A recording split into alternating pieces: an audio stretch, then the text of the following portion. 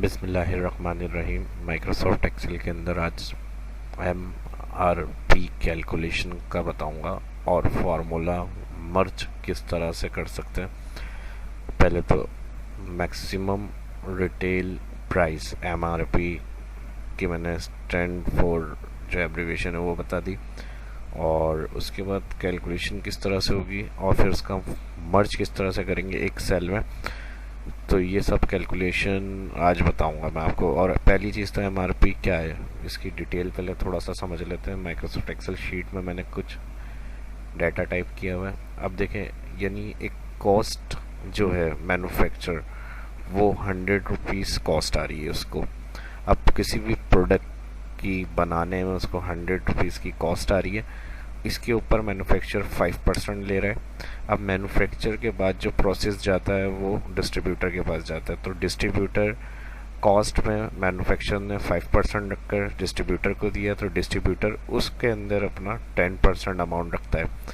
उसके बाद जो अमाउंट बनेगा आगे होलसेलर के पास जाएगा। अब डिस्ट्रीब्यूटर ने जो 10% ऐड करा है अमाउंट मैन्युफैक्चर वाले अमाउंट में, उसके बाद जो अमाउंट बनेगा वो होलसेलर उसमें 15% ऐड करेगा अपने। उसके बाद जो डिस्ट्रीब्यूटर से अमाउंट बन के 10% होलसेलर के पास गया था उसमें 15% ऐड हो गए।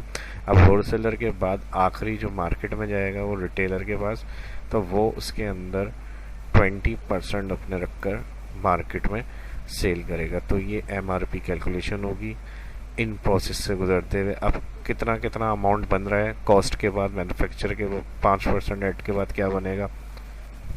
फिर उसके बाद वो अमाउंट डिस्ट्रीब्यूटर के पास गया तो 10% ऐड करने के बाद क्या बनेगा। फिर होलसेलर के पास 15% ऐड करने के बाद क्या बनेगा, और रिटेलर के पास फाइनल अमाउंट क्या बनेगा। तो इसकी कैलकुलेशन बताऊंगा मैं। पहले अलग अलग इसको सारा काम कर रहा हूँ, उसके बाद फिर एक सेल में इसको हम अप्लाई करेंगे कि फॉर्मूले जो हमने अलग अलग सेल में लिख कर किया है वो सारा काम एक सेल में किस तरह से हो सकता है। तो पहले अलग अलग करने का मकसद ये है ताकि आपको समझ में आ जाए, उसके बाद इसको फार्मूले को मर्ज भी कर लेंगे हम। अब सबसे पहला प्रोसेस इक्वल लगेगा, और इस कॉस्ट का हमने कहा 5% बताएं। 5 और शिफ्ट के साथ 5 का बटन जो अल्फ़ाबेटिकल कीज़ के ऊपर परसेंट का साइन, तो इसका 5% आ गया 5 रुपीज़, और कॉस्ट में प्लस कर देंगे इसको। तो जो मैन्युफैक्चर के पास से डिस्ट्रीब्यूटर के पास जाएगा वो इस अमाउंट में जाएगा 105। अब इस अमाउंट में डिस्ट्रीब्यूटर 10% रख रहा है अपने, तो इसके लिए हम इस अमाउंट को मैन्युफैक्चर वाले सेलेक्ट करेंगे, C6 का सेलेक्ट से मल्टीप्लाई कर देंगे 10%। तो इस अमाउंट का 10% क्या बनेगा, 10 रुपये तकरीबन बन रहा है। तो इक्वल मैन्युफैक्चर वाला जो अमाउंट था उसमें प्लस करेंगे डिस्ट्रीब्यूटर की जो परसेंट वैल्यू है, तो ये हो जाएगा 115 का। उसके बाद होलसेलर 15% इसमें ऐड करेगा, इक्वल जो डिस्ट्रीब्यूटर वाला टोटल आ रहा है इसमें हम ऐड कर देंगे 15% होलसेलर वाले अमाउंट के, 17 रुपये तकरीबन होलसेलर लेगा, इक्वल डिस्ट्रीब्यूटर वाला टोटल मल्टीप्लाई प्लस जो 15% होलसेलर का अमाउंट आ रहा है उसमें प्लस हो जाएगा। उसके बाद रिटेलर के पास जाएगा, वो 20% लेगा इसमें। तो जो होलसेलर का टोटल आ रहा है इसको सिलेक्ट करके 20% और प्लस कर देंगे टोटल में जो होलसेलर का आ रहा था। तो ये प्रोडक्ट जो MRP इसकी बनेगी वो 159 रुपीज़ तकरीबन मार्केट में सेल होगी। कॉस्ट 100 थी, उसके बाद जो मैन्युफैक्चर था उसने 5% लेते हुए आगे डिस्ट्रीब्यूटर होलसेलर रिटेलर के पास गई, और फिर ये सब फाइनल होकर हमारे पास जो इसकी MRP आई है वो 159 आई है। तो इसको हम अब एक साल में किस तरह से कर सकते थे कैलकुलेशन को, यानी ये अलग अलग लिख कर जो हमने सारा काम किया, इन सभी काम को अगर हम एक सेल में करना चाह रहे हैं तो अब इसका तरीका क्या होगा ये देख लें।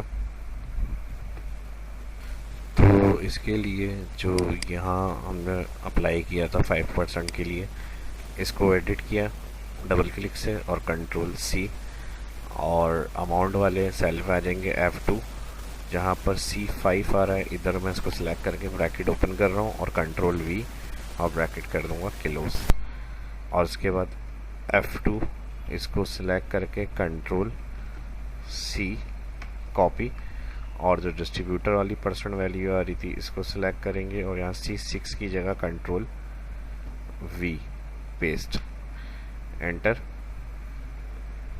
और इसको भी मैंने डायरेक्ट पेस्ट कर दिया, डबल क्लिक, एडिट, और यहाँ पे जो पेस्ट किया है हमने उस सेल में, तो इधर भी ब्रैकेट ओपन करके पेस्ट करेंगे और यहाँ पर इसका ब्रैकेट एक क्लोज। अब उसके बाद इसको जिस तरह हमने पेस्ट किया है सेम इसी तरह इधर भी ये पेस्ट हो जाएगा। C6 वाला सेल एड्रेस जहाँ कॉपी हुआ है और ब्रैकेट ओपन करके, ब्रैकेट ओपन, कंट्रोल V, और यहाँ पे ब्रैकेट क्लोज। और देखें वही अमाउंट आ गया। और ये वाला जो सेल आ रहा है जो हमने सिलेक्ट किया हुआ है D5, इस सेल को सिलेक्ट करके कंट्रोल C, F2, और ये जो सेल एड्रेस आ रहा है D5, इधर भी ब्रैकेट ओपन ब्रैकेट क्लोज करके इधर कंट्रोल V पेस्ट कर देंगे, एंटर। देखें वही अमाउंट आ गया। और अब इसको दोबारा F2 पूरा select, control C, next wholesaler वाले परसेंट में आ जाएंगे। और यहाँ पर जो D6 आ रहा है इसको select, bracket open bracket close, और सेंटर में इसमें ब्रैकेट के पेस्ट। ये काम हो गया यहाँ तक, एंटर। नेक्स्ट अमाउंट में आ जाएंगे, F2 एडिट किया, यहाँ से भी इसको select, bracket open bracket close, और इसमें पेस्ट कर देंगे कंट्रोल V। और यहाँ से इस वाले सेल को दोबारा सिलेक्ट कर लेंगे,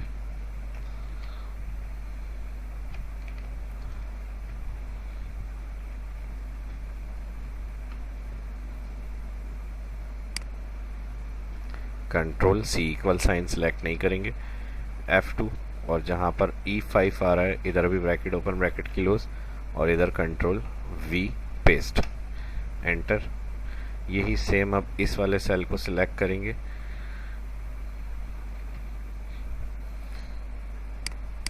इक्वल के बाद से ऑल, कंट्रोल C, और इधर आ जाएंगे E6 जहाँ पर सेल एड्रेस आ रहा है, इधर click, bracket open bracket close, बीच में इसमें पेस्ट, कंट्रोल V।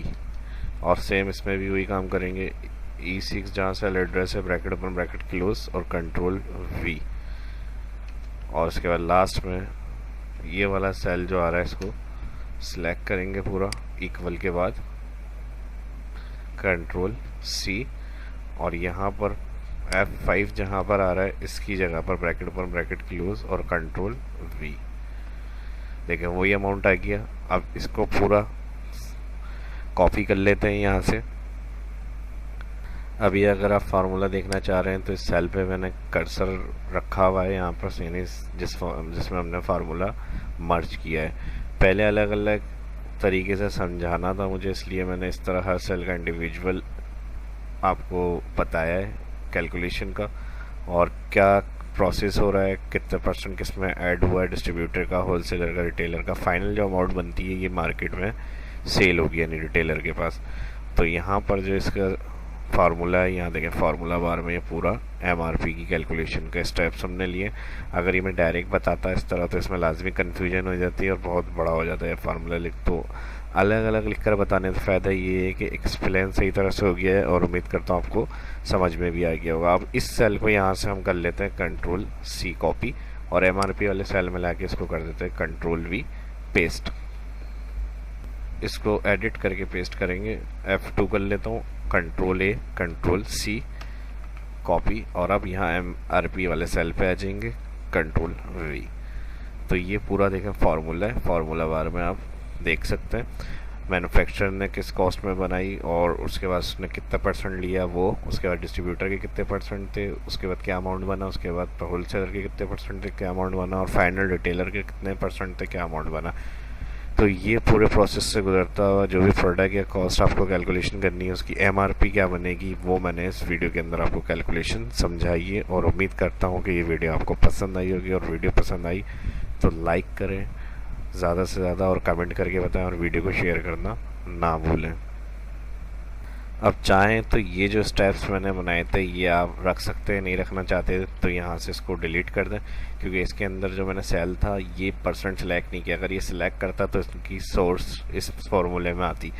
तो इसका अभी हमने डायरेक्ट लिखा था तो कोई काम नहीं है, अगर नहीं रखना चाहते हैं हटा दें यहाँ से। और ये भी मैंने लिख कर आपको बताया था इतने इतने परसेंट इन सब का है। देखिए ये चीज़ें डिलीट हो गई, लेकिन इस पर कोई फार्मूले में असर नहीं पड़ा। फार्मूला हमारा पूरा लगा हुआ आ रहा है फार्मूला बार में। कॉस्ट में हमने ये सिलेक्ट किया था तो इसलिए इस सेल से ये MRP बता रहा है F2। देखें यहाँ पर B6 सेल एड्रेस है,